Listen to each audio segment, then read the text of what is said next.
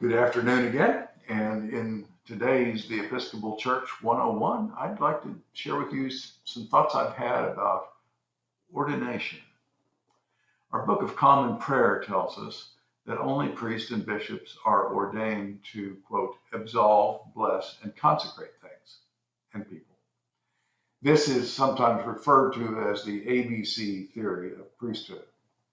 And while this might give us a good operational delineation of the different things ordained clergy can do versus non-ordained laity, it has never felt like a good pointer for what clergy should be doing, at least not to this clergy person.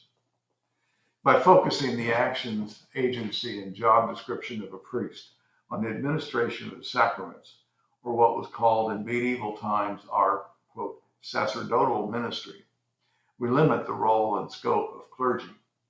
We proscribe where clergy can do these things, and by reflection, we limit what lay people can do and who they are in relationship with their priest.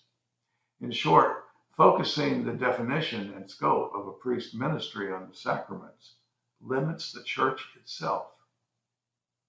Could this have anything to do with the steady decline of the Episcopal Church? So what if we ordained our priests to be shepherds out there in the real world, away from churches and graveyards where the sacraments are administered? What if we ordained our priests and sent them out with other non-ordained people so that they are the outward and visible sign of the inner grace and presence of Christ in the world? That would effectively be taking the sacrament into the world instead of what we try to do and often come up short of inviting the world to come into the church for the sacraments. What if shepherding souls meant more than saving people from hell? Have you ever watched a sheepdog herd a flock of sheep?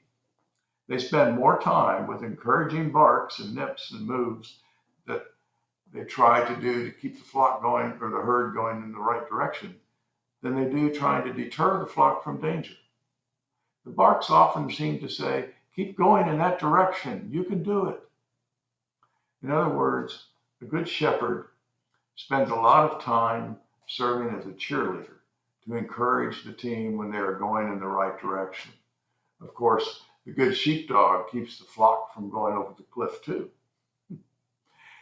I just wonder if we ordain more priests to be cheerleaders or sheepdogs, if we might get this train called the Episcopal Church back on track.